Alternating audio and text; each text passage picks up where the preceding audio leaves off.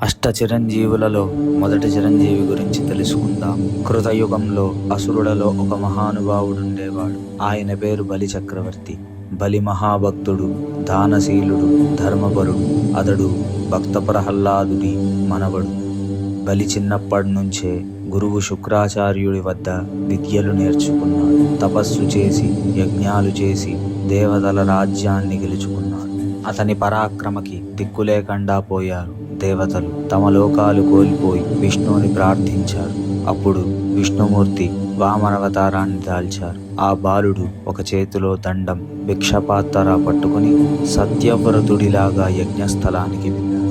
అక్కడ బలి చక్రవర్తి యజ్ఞం చేస్తూ ప్రజలకు అడిగిన దానం ఇస్తున్నాడు. శ్రీ మహావిష్ణువు బాలబ్రహ్మచారి రూపంలో వచ్చి బలి చక్రవర్తికి నమస్కరించారు. అప్పుడు ఆ బలి చక్రవర్తి, ఓ బాలబ్రహ్మచారి, నీకు ఏం కావాలో అడుగు.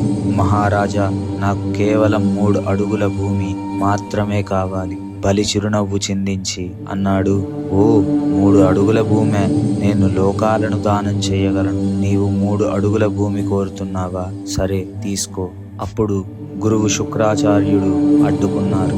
బలి, ఈ వామనుడు సాధారణ బ్రాహ్మణుడు కాదు. ఇది స్వయంగా విష్ణు అవతారం. నీవు దానమిస్తే నీ రాజ్యం అంతమైపోతుంది. కానీ బలి ధైర్యంగా సమాధానమిచ్చాడు, నా దగ్గర దానం అడిగిన వారిని తిరస్కరించడం నా ధర్మం కాదు. అయినా విష్ణువే అయితే గొప్ప అదృష్టం నాదే. బలి మాట పూర్తి కాగానే వామనుడు ఒక్కసారిగా విశ్వరూపాన్ని దాల్చి 1 అడుగు భూమిని, 2వ అడుగు ఆకాశాన్ని, 3వ అడుగు పెట్టడానికి స్థలం లేదు. అప్పుడు విష్ణువు అడిగారు, బలి, 3వ అడుగు ఎక్కడ వేయాలి?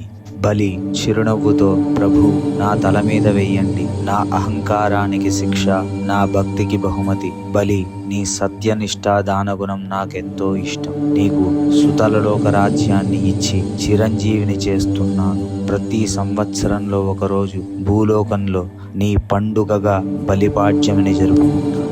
ఈ కథ ద్వారా తెలుసుకున్న నీతి, దానం చేసే హృదయం ఉన్నవాడు ఎప్పుడూ మహానుభావుడే. భక్తి, వినయం, సత్యం ఇవే నిజమైన శక్తులు. అసురుడైన ధర్మపరుడైతే భగవంతుడు కూడా అతన్ని గౌరవిస్తాడు.